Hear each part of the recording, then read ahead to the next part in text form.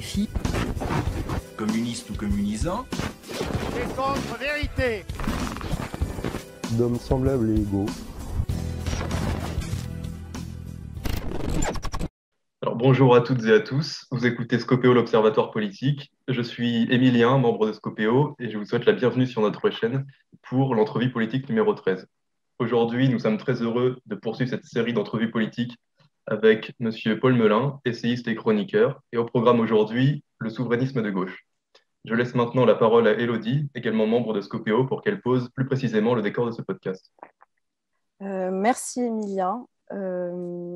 Bonjour à celles et ceux qui nous écoutent et surtout bonjour à vous, Monsieur Paul Melun. Vous nous faites Bonjour. le plaisir aujourd'hui de nous accorder cette entrevue pour discuter ensemble de votre vision du souverainisme pour la France. En effet, le 27 octobre dernier, votre mouvement Souverain Demain a fait paraître le manifeste pour une France indépendante, écologique et innovante, qui est disponible dans toutes les librairies et qui nous soumet plus de 230 propositions dans les domaines de sécurité, souveraineté nationale et européenne, écologie, éducation, diplomatie et bien d'autres. Mais avant de démarrer l'entrevue, Monsieur Melun, je vous laisse vous présenter brièvement pour ceux qui nous écoutent, d'où vous venez, ce que vous avez fait par le passé et aussi vos influences politiques. Oui, alors vaste question. Bonjour à tous. Alors moi, donc Paul Melun, je suis, pour vous refaire un peu la genèse de mon parcours en quelques mots, moi je viens de Bordeaux. Mon papa était agriculteur biologique et ma maman orthoptiste. Nous vivions à Bordeaux et nous allions travailler avec mon père souvent à une 60aine de kilomètres de là. Après un lycée public, dans un lycée qui s'appelle François Magendie pour les Bordelais, moi je suis allé à Sciences Po Bordeaux. Là j'ai un peu découvert ce qu'était la vie politique, le débat intellectuel. Moi j'ai été président d'un syndicat qui s'appelle l'UNEF. J'étais président de l'UNEF à Sciences Po Bordeaux. Je me suis engagé au Parti socialiste, au mouvement des jeunes socialistes. Enfin, tout ça allait un peu à l'époque comme une forme de package, pour utiliser un anglicisme qu'on utilise souvent aujourd'hui. Et puis, après un master en affaires publiques, puis j'ai réalisé toutes sortes de stages et d'expériences d'étudiants. Et puis après, j'ai intégré une école de commerce qui s'appelle l'ESSEC. J'avais envie de découvrir un peu le monde de l'entreprise, savoir un petit peu de quoi il en retournait, sachant qu'à Sciences Po, on n'est pas toujours très préparé à la professionnalisation, etc., et aux acteurs économiques. Donc, c'était quelque chose d'assez nouveau pour moi. Pendant mes études à l'ESSEC, j'ai écrit mon premier livre, Enfants de la déconstruction, portrait d'une jeunesse en rupture, qui est un essai que j'ai écrit avec mon meilleur ami Jérémy Cornet, lui-même ex-Sciences Po Bordeaux, dans lequel nous décrivons la génération 15-30 ans avec ses failles, ses doutes. C'est un portrait critique, un peu au vitriol de notre génération, avec un certain nombre d'exemples sur la façon dont les jeunes voyagent, sur la façon dont les jeunes consomment. Voilà. Et puis, à la fin de ce portrait un peu critique, on formule des vœux d'espoir pour cette génération. Cet essai m'a permis de m'exprimer davantage dans le débat public. Puis après, j'ai commencé à écrire un certain nombre de textes dans la presse, que ce soit dans le Figaro, dans Marianne, etc. Et puis, progressivement, le temps se faisant, j'ai souhaité m'engager dans le débat intellectuel et politique. Donc, j'ai fondé Souverain Demain, j'ai souhaité qu'on écrive un livre collectif, j'ai d'autres nouveaux livres en projet. Et puis, en parallèle, effectivement, j'ai la chance de chroniquer dans On refait le monde sur RTL avec Éric Brunet tous les mardis, également les jeudis avec Éric Brunet sur LCI, puis régulièrement sur CNews avec Sonia Mabrouk et quelques autres. Donc, c'est une façon de participer au débat public. Je crois que tous ces médias me font l'amitié et la sympathie de me recevoir. Donc, libre à moi d'essayer de dire des choses intéressantes. Ce que j'espère, j'arrive à faire malgré tout. Et voilà. Et là, il y a effectivement un engagement autour de Souverain Demain, autour de notre livre, qui, comme vous le disiez, est disponible dans toutes les bonnes librairies, sur lequel on fait aussi un petit peu l'autopsie de ce qui n'a pas marché pendant 40 ans. On essaie d'expliquer domaine par domaine, sujet par sujet, tout ce qui n'a pas été fait par nos dirigeants, qu'ils soient de centre-gauche ou de centre-droit, depuis 40 ans. Face à cette critique, on n'a pas envie de faire une critique sans émettre de solutions. Donc, on propose un certain nombre de solutions, des solutions très concrètes, avec des propositions. Il y en a effectivement 230 à peu près, chiffrées, budgétées. Donc, voilà, c'est c'est pas seulement un livre qui serait un livre programme ou un livre projet, c'est un livre d'analyse, de décryptage et de proposition. Parce que souvent, vous savez, quand on fait un livre de critique, j'en ai fait un dans mon premier livre, on nous dit, mais vous critiquez, vous proposez rien. C'est quelque chose qu'on entend régulièrement. Là, non seulement on critique beaucoup, mais on propose aussi beaucoup. Et je crois même qu'on propose encore plus qu'on critique. Donc voilà, donc ce livre, je l'espère, aura une résonance sur notre élection présidentielle, mais en tout cas, je m'y emploierai dans le débat médiatique et politique. Et puis, on fera en sorte que ces propositions soient reprises pour notre beau pays. Alors, merci pour cette présentation. En tant que souverainiste, je vous ai entendu plusieurs fois par le passé vous référer à l'ouvrage de Régis Debray, Éloge des frontières, où on trouve notamment cette phrase à propos des frontières. Là est d'ailleurs le bouclier des humbles contre l'ultra-rapide, l'insaisissable et l'omniprésent. Ce sont les dépossédés qui ont intérêt à la démarcation franche et nette. Leur seul actif est le territoire et la frontière, leur seule source de revenus. Et dans cet ouvrage, Régis Debray décrit les frontières comme nécessaires pour les plus démunis, alors que les classes les plus riches profitent de la mondialisation et tendent, dans la conservation de leur intérêt de classe, à abolir les frontières, justement. Et donc, vous, quel est votre rapport à la notion de frontière et n'est-elle pas en cela, selon la vision de Régis Debray, un thème que la gauche devrait réinvestir? Dans votre question, vous avez tout dit. Et d'ailleurs, la citation de Régis Debray est très juste. Tous les travaux de Régis Debray, mais comme d'ailleurs d'autres, comment dirais-je, compagnons de route ou théoriciens de la souveraineté nationale, du souverainisme, de l'indépendance, partent d'un constat assez simple, assez implacable, qui est de dire la chose suivante. Un État, un espace, s'il n'a pas de limite, s'il n'a pas de borne, comment peut-il se définir comme État? Et c'est quelque chose qui existe depuis la nuit des temps. Les êtres humains sur Terre délimitent. Ils délimitent, ils organisent au plan logistique, au plan humain, au plan culturel. C'est la base, c'est le fondement de toute civilisation. Peut-être que les seules civilisations qui ont vécu par-delà les frontières sont les civilisations nomades, par exemple, et même les civilisations nomades, d'ailleurs, lorsque vous observez dans les invasions barbares l'arrivée des Huns, par exemple, ou des Vandales, les Huns et les Vandales ont tout de même une terre d'origine. Ils font des invasions dans le nomadisme, ils s'installent, et parfois ils retournent chez eux. Alors il y a des exceptions, par exemple les Goths ou les Visigoths sont installés dans la région de Toulouse et y ont élu domicile. Mais vous voyez, ils ont recréé un royaume, les Visigoths, avec des frontières eux aussi. Donc, même dans les civilisations aborigènes, en fait, vous pouvez balayer dans l'histoire de l'humanité à peu près toutes les civilisations. Elles se sont toutes construites et ont toutes survécu avec des frontières.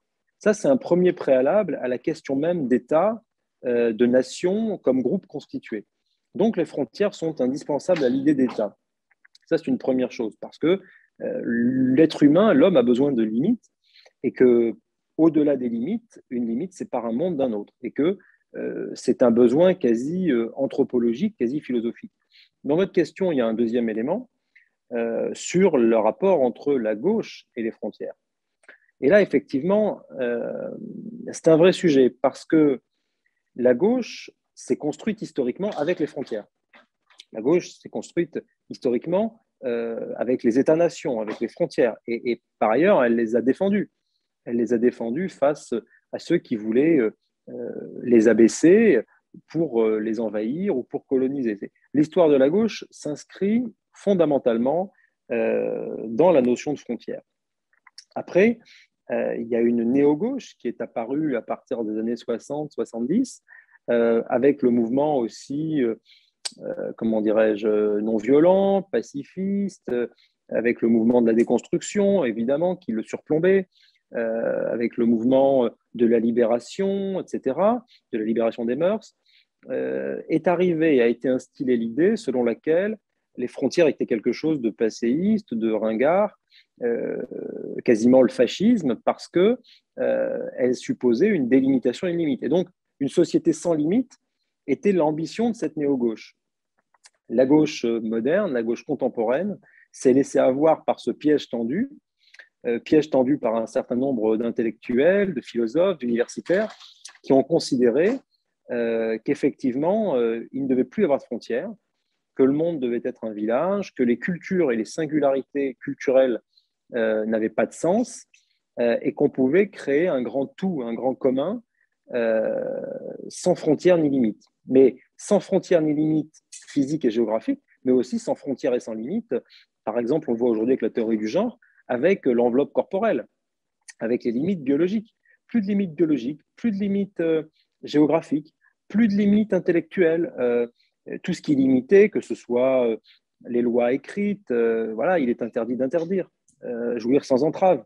Et les interdits, les entraves étant mal jugés par cette néo-gauche, c'est devenu une gauche d'enfants gâtés, en rupture avec leurs parents, mais sans réellement proposer quelque chose d'autre. Et donc, cette nouvelle gauche-là s'est effondrée sur elle-même. C'est pour ça qu'aujourd'hui, elle est en total déclin et qu'elle n'arrive pas à regrouper les Français. Et donc, moi, je crois, à titre personnel, que pour relancer la gauche, il faut repartir des frontières.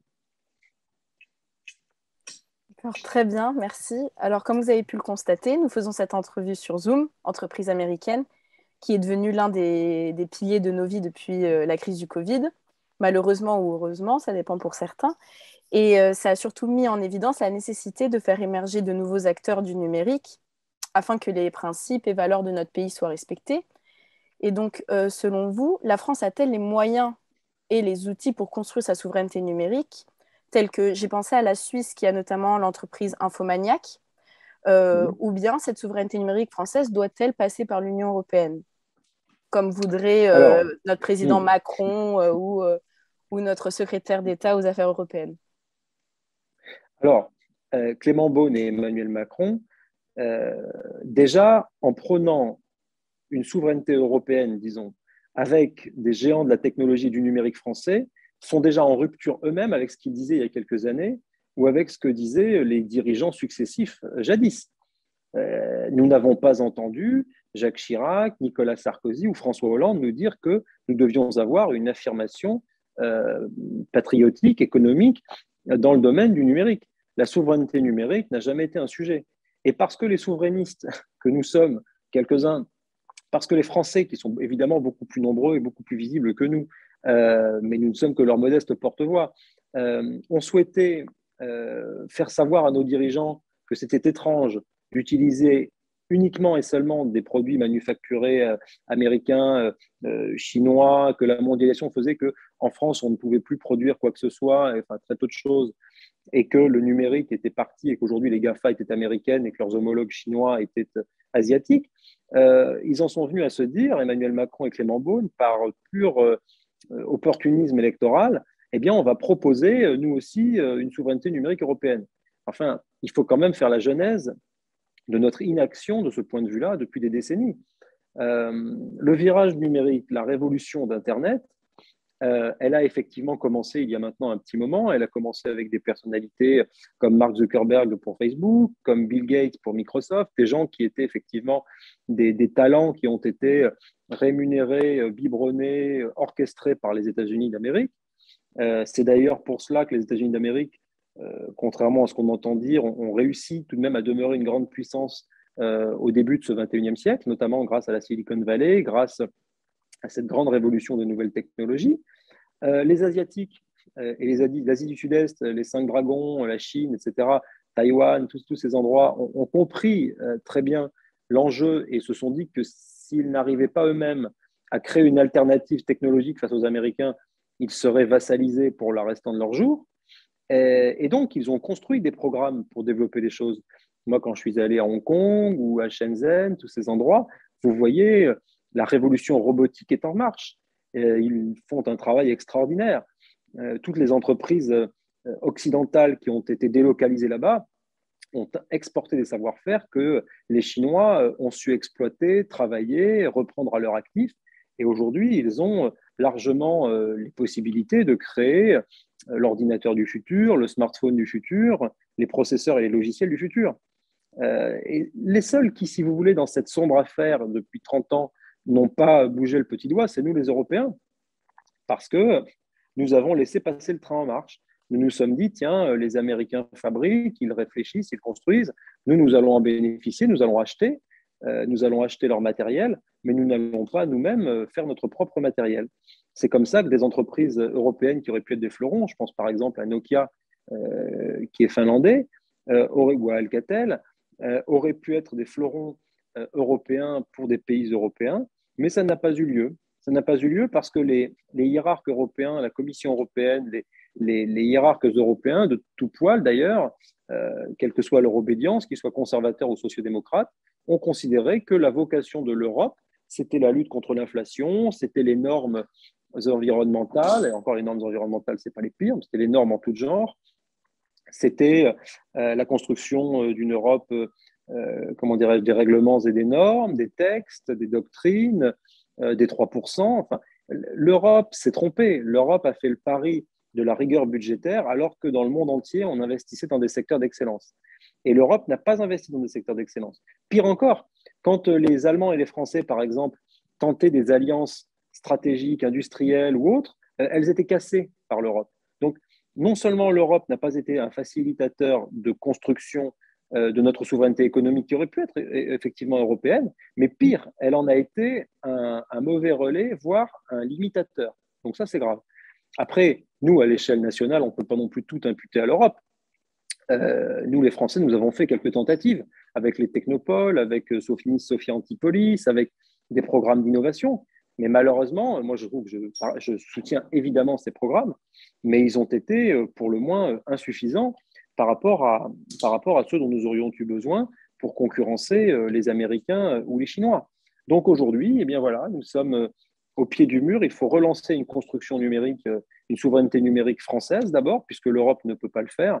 Moi, j'ai une logique très simple. Tout ce que l'Europe, pour le moment, ne fait pas ou n'arrive pas à faire, c'est-à-dire tenir nos frontières, c'est-à-dire lever une armée, c'est-à-dire avoir une industrie de pointe, eh bien, la France le fait. C'est comme ça, on pallie au manque des autres. Après, si demain, l'Europe décide comment dirais-je, la Commission européenne met comme grande priorité une relance par l'innovation et met en place des grandes coopérations des coopérations industrielles très fortes entre 3 ou 4 pays clés pour créer le Google européen, évidemment, même en tant que souverainiste, je dirais même plus encore en étant souverainiste, j'associerais la France à cela. Mais pour le moment, il n'y a aucun programme de ce type, donc à la France de le créer. Vous avez commencé à y répondre à travers l'exemple du numérique.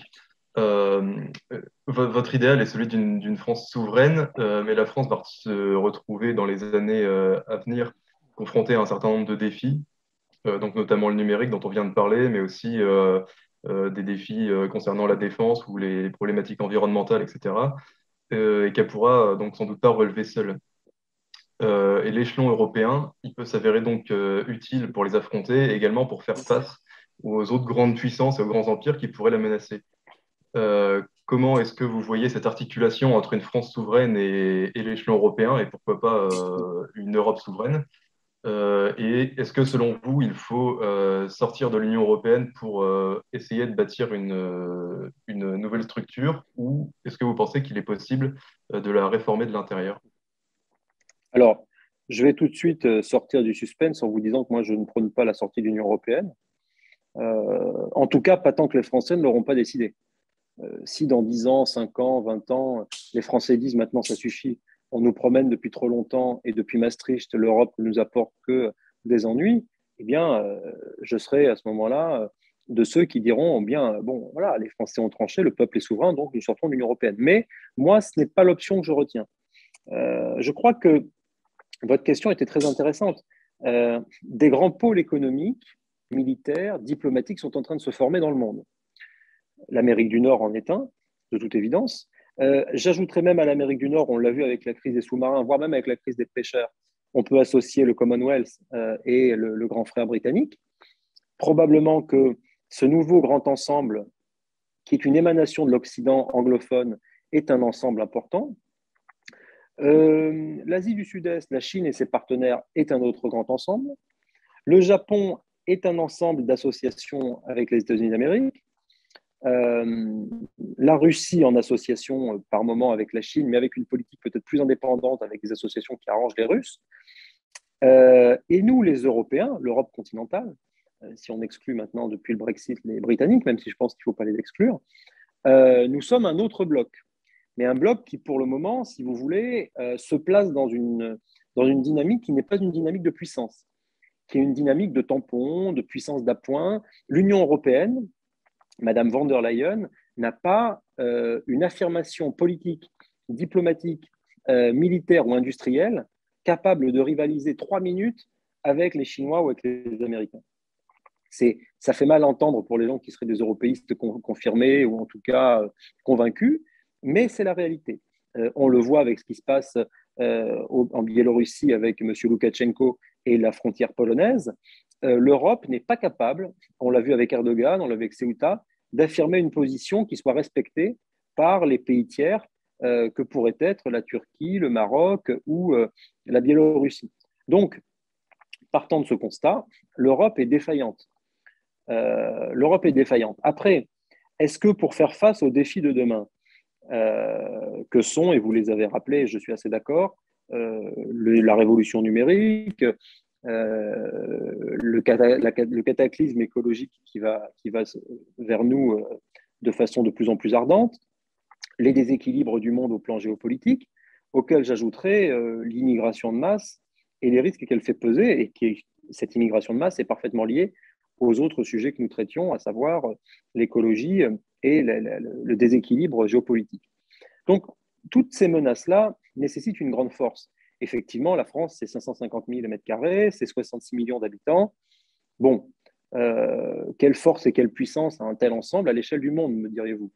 Vous savez, c'est cette secrétaire d'État ou ministre, je ne sais même plus, Agnès Pannier-Runacher, qui avait dit la France est une boîte de Smarties. Et c'est un peu ça la logique des macronistes, c'est-à-dire que, ou des modérés de centre-gauche et de centre-droit depuis 40 ans. Eux-mêmes, à la tête de l'État, considèrent notre pays comme une boîte de Smarties et par conséquent se disent oh, on pèse tellement peu aujourd'hui, on pourrait se fondre dans la mondialisation ou dans l'Europe, on pourrait plus peser. C'est des fadaises. Pour peser, n'importe quel négociateur international ou diplomate le dira, il faut d'abord peser par ce que l'on possède. Bon, alors là, il faut faire l'inventaire de ce que la France possède et de ce qu'elle peut affirmer dans le monde. 3e diplomatie du monde, 2e territoire maritime mondial, économie avec des secteurs d'excellence comme le luxe, l'aérospatial, 1er pays touristique du monde, première armée du continent européen. C'est là-dessus qu'il faut envisager la France, pas sur des histoires de on est un pays rabougri, on doit s'associer à qui que ce soit. Donc d'abord, réaffirmer notre puissance, faire rentrer la France dans une dynamique de puissance, renforcer ce qui fait déjà notre puissance et aller chercher par ailleurs. La France, jadis, c'était un grand pays d'industrie textile. Ce n'est plus le cas aujourd'hui parce qu'on a tout délocalisé. La France doit redevenir un grand pays d'industrie textile. La France a pris du retard sur le numérique, mais la France a su aussi faire le laser mégajoule du BARP, par exemple, ou la Direction générale de l'armement, qui innove à des niveaux extraordinaires. Donc, il faut renforcer, aller plus loin. Et si vous voulez, une fois que la France recouvre plus de sa souveraineté, de sa puissance, de son indépendance, reprend des fleurons, l'automobile aussi, je peux citer, elle aura probablement une autre place à la table des négociations mondiales et nous pourrons avoir une affirmation culturelle et politique plus forte. Dans ce cadre-là, nous pouvons évidemment, mais nous le faisons depuis la nuit des temps, commercer, échanger, travailler avec nos partenaires. Nos partenaires sont nos alliés européens notamment. Évidemment, nous avons un partenariat beaucoup plus important avec l'Allemagne qu'avec toutes sortes de pays dans le monde. Donc, ce n'est pas en étant souverainiste que vous allez dire tout à coup, vous savez, ça c'est un mythe dont on affuble les souverainistes parce qu'ils dérangent et dont les mondialistes voudraient nous caricaturer en disant que c'est des miradors et on ne parle plus à personne. Personne n'a dit ça et personne n'a vécu comme ça depuis la nuit des temps. Je ne sais pas pourquoi ça commencerait aujourd'hui. Depuis Gênes ou Venise, on sait qu'on doit commercer si on veut survivre.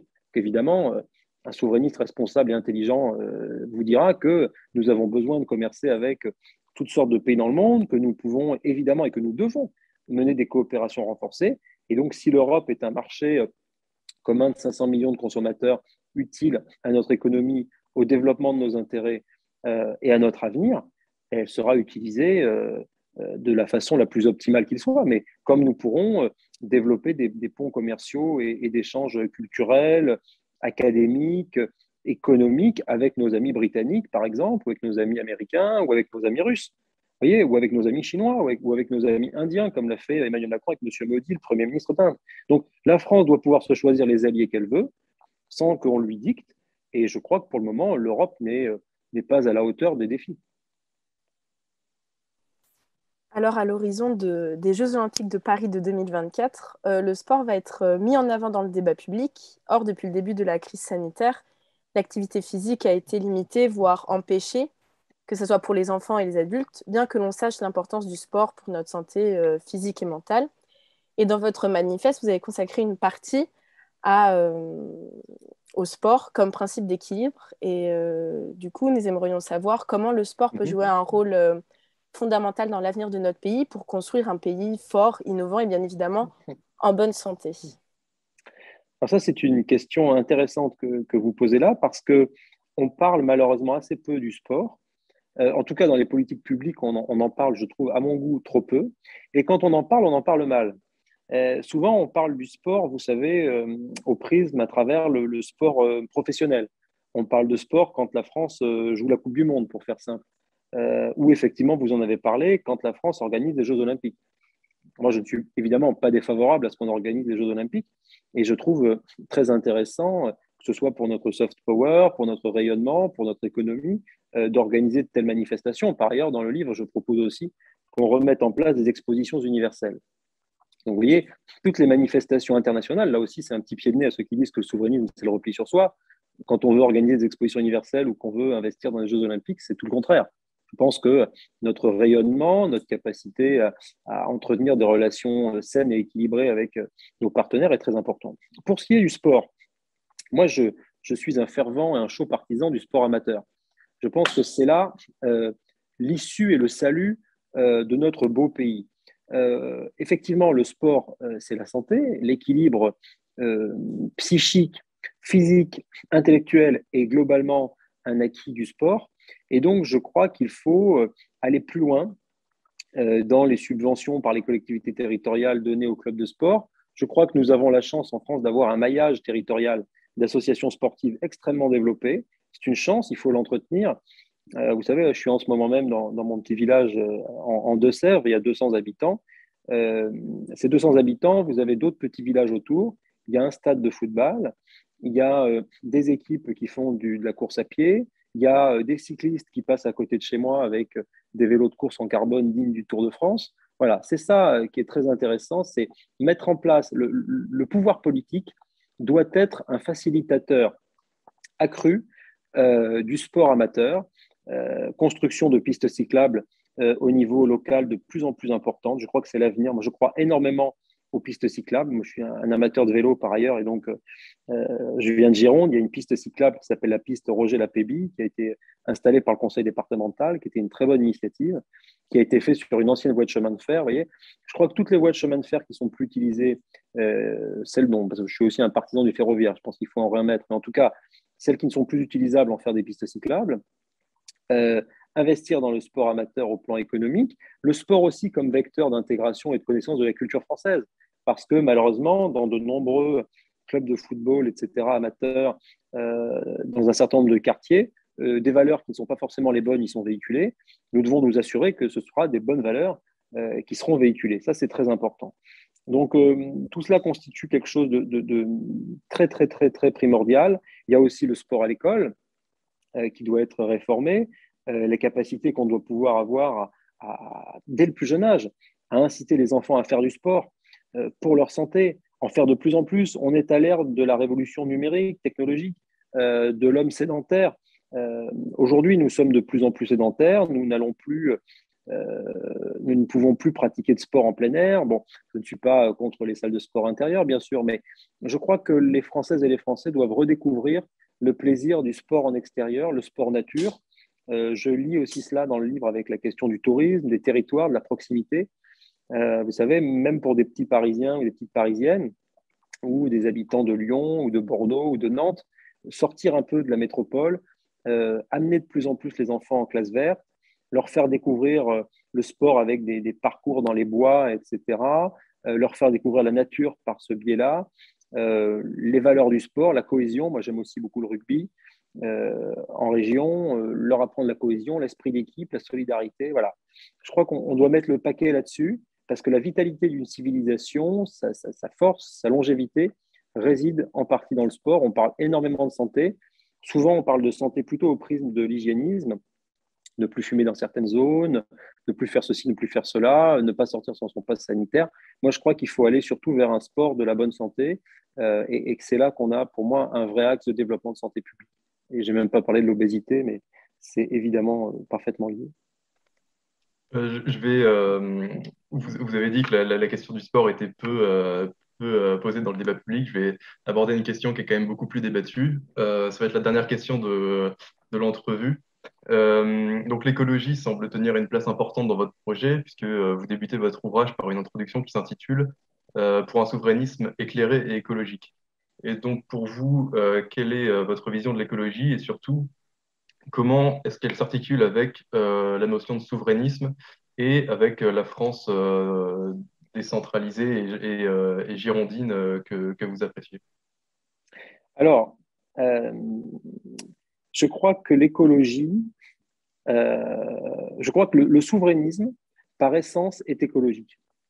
Parce que la mondialisation, qui est le modèle alternatif au souverainisme qui est en vigueur aujourd'hui en France et en Europe, pousse, et on l'a vu d'ailleurs avec la réduction des émissions de gaz à effet de serre pendant le Covid, à la mobilité accrue des capitaux, des marchandises et des hommes. C'est même là la définition pour partie de la mondialisation.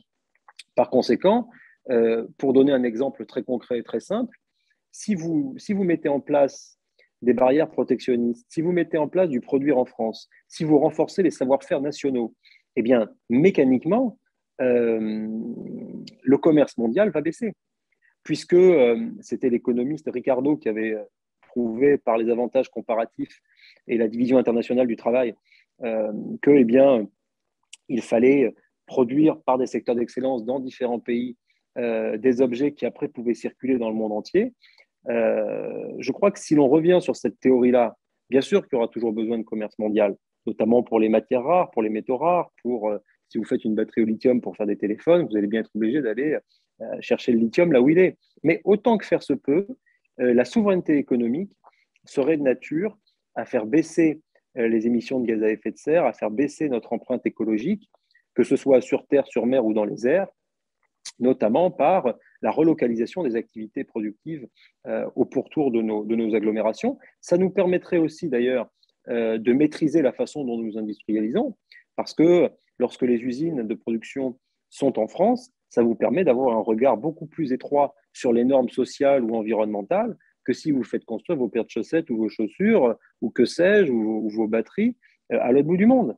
De toute évidence, le modèle des grandes firmes de vêtements, etc., qui produisent au Bangladesh des t-shirts ou des pantalons faits par des enfants dans des conditions abominables, des conditions sanitaires dégoûtantes, des conditions sociales dégoûtantes, des conditions écologiques souvent très problématiques, bah évidemment, oui, ce modèle mondialiste, il nuit très fortement à la planète.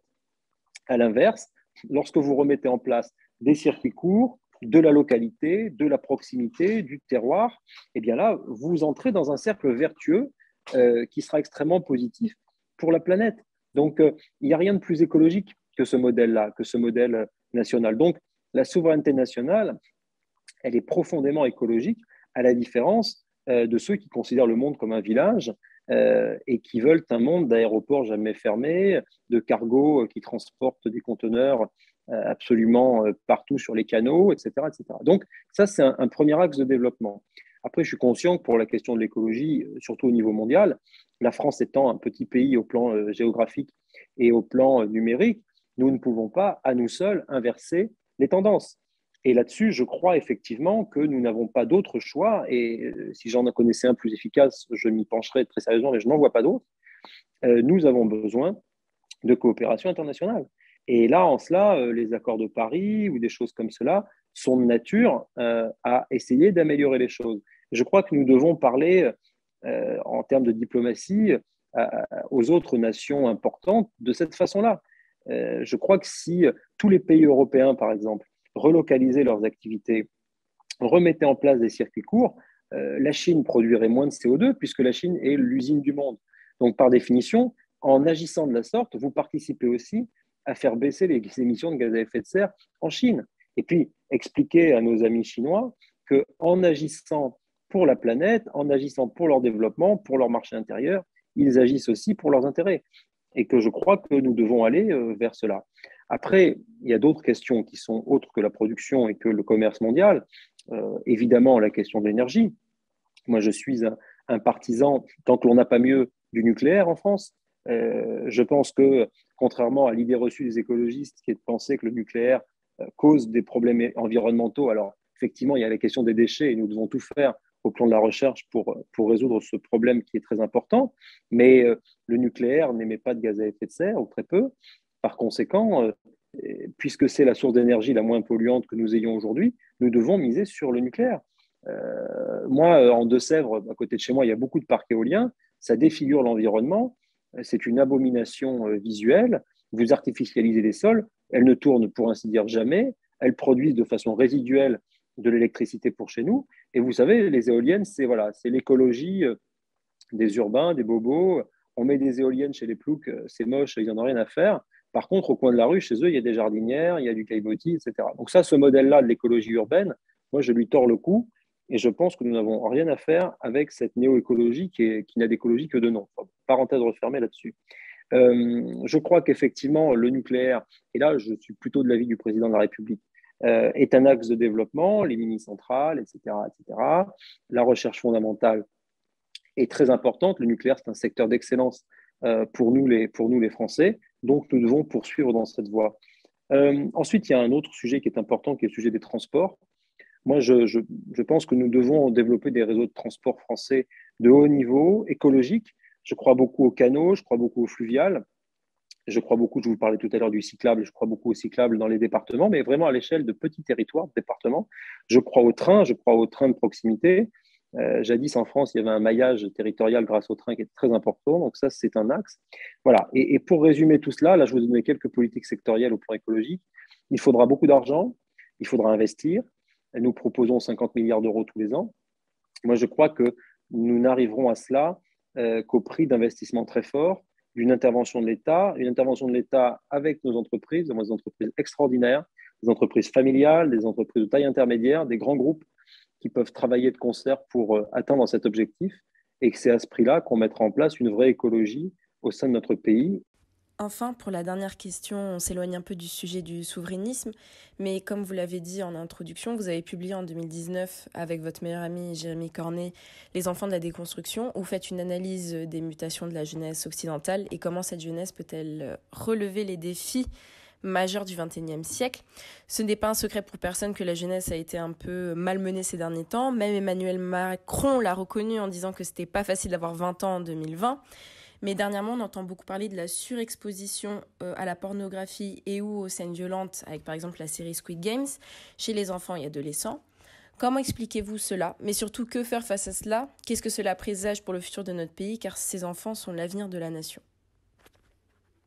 Pour moi, c'est le pendant, c'est Squid Games, tous ces trucs-là sont le pendant de Netflix, des réseaux sociaux, etc., de choses qui peuvent paraître plus inoffensives, voire de TikTok et tout ça.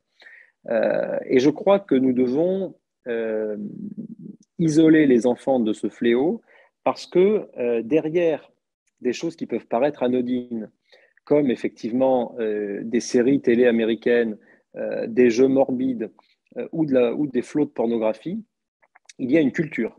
Et il y a une culture, et cette culture, c'est la culture individualiste, mondialiste et en partie américaine. Mais parfois, ça peut être aussi d'ailleurs asiatique.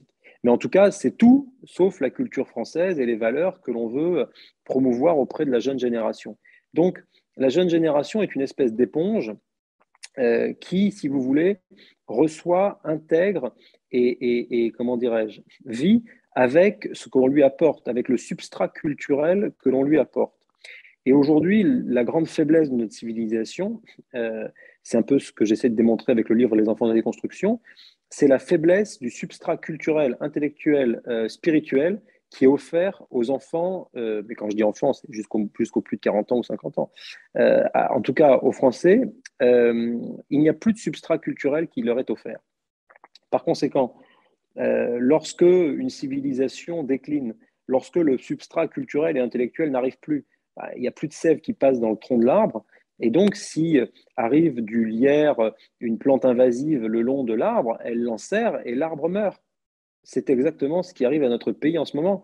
parce que l'arbre est trop faible, il est envahi par de mauvaises ondes, par des choses qui sont effectivement dangereuses, nuisibles. Et pour que ces choses dangereuses et nuisibles comme Squid Games ou comme TikTok, Netflix ou la pornographie puissent envahir l'arbre, c'est parce que l'arbre est malade. Et notre maladie à nous, c'est l'individualisme, c'est la déconstruction des valeurs, c'est notre entrée dans la mondialisation, c'est le renoncement que nous avons eu à une affirmation culturelle, éducative et intellectuelle forte pour nos enfants. Moi, je préfère qu'un enfant lise une bande dessinée d'Astérix et Obélix, par exemple, qui lui montre ce que c'était que l'histoire. C'est truffé de références historiques, Astérix et Obélix, ou qu'il regarde Tintin et Milou en dessin animé ou en bande dessinée, ou que ses parents l'emmènent dans des musées locaux, ou voir du cinéma français, même du cinéma populaire, du cinéma drôle. Pas besoin d'une culture élitiste parisienne ou je ne sais quoi. Il n'y a pas besoin d'aller voir de l'art contemporain à 8 ans. Par contre, il y a besoin d'un substrat culturel et éducatif intéressant pour les enfants. Il y a des mondes imaginaires pour les enfants qui sont fabuleux, qui sont porteurs de très belles choses. Le monde de la chevalerie, le monde chevaleresque, le monde des pompiers, le monde des infirmiers et des infirmières, de l'hôpital. Il y a plein d'imaginaires que l'on peut communiquer à des très jeunes enfants. Plus tard, on peut offrir aux enfants le dessin patriotique, le dessin artistique. C'est fascinant. On n'a pas eu le temps d'en parler là, mais la culture, moi, j'en parle très souvent. On peut faire de nos enfants des artistes, des créatifs. Voilà, il y a 1000 choses. Je les cite comme ça un peu à la va-vite, mais il y a 1000 choses qui peuvent constituer ce substrat culturel, 1000 choses qui seront françaises et qui n'ont absolument rien à voir avec le substrat douteux que nous offre la mondialisation sur un plateau d'argent, à coup de masse culture, à coup de médias incontournables, et contre lesquels nous n'avons aucune espèce de mesure de protection ou de sanctuarisation culturelle. Vous voyez, les Russes ou les Chinois, par exemple, alors je ne prendrai pas en exemple sur bien d'autres sujets, mais en tout cas, ils ont mis en place des barrières protectionnistes culturelles pour conserver leur singularité culturelle. En Chine, il y a WeChat, il n'y a pas Facebook. Vous voyez, il y a des systèmes de communication qui sont nationaux. Alors là, moi, je veux bien qu'ils soient européens, ces systèmes de communication. Je veux bien qu'on ait un Facebook européen. Mais en tout cas, si nous n'avons pas le contrôle de tout ce que nous disions depuis tout à l'heure, au plan numérique, au plan industriel, au plan technologique, au plan culturel, au plan littéraire, artistique, culturel, eh bien, nous sommes condamnés à prendre les objets et les outils des autres, et donc, quelque part, à nous laisser coloniser par une forme de mondialisation qui n'a rien à voir avec notre identité. Donc, affirmer notre identité, c'est aussi affirmer notre identité culturelle dès le plus jeune âge. Malheureusement, c'est déjà la fin de cette entrevue politique où nous avons pu aborder différents points relatifs au souverainisme, qui est donc une idée peu partagée à gauche, mais qui est pourtant intéressante à aborder dans le cadre notamment d'une campagne présidentielle. On espère que cet entretien aura intéressé nos auditeurs et on les invite à retrouver les 12 épisodes précédents sur notre chaîne YouTube Scopéo l'Observatoire politique et à retrouver tous nos articles sur notre site internet scopéo.org. Et donc, merci beaucoup à vous, Monsieur Paul Melun, au nom de Scopéo, pour le... Merci à vous et merci de votre invitation. Merci beaucoup.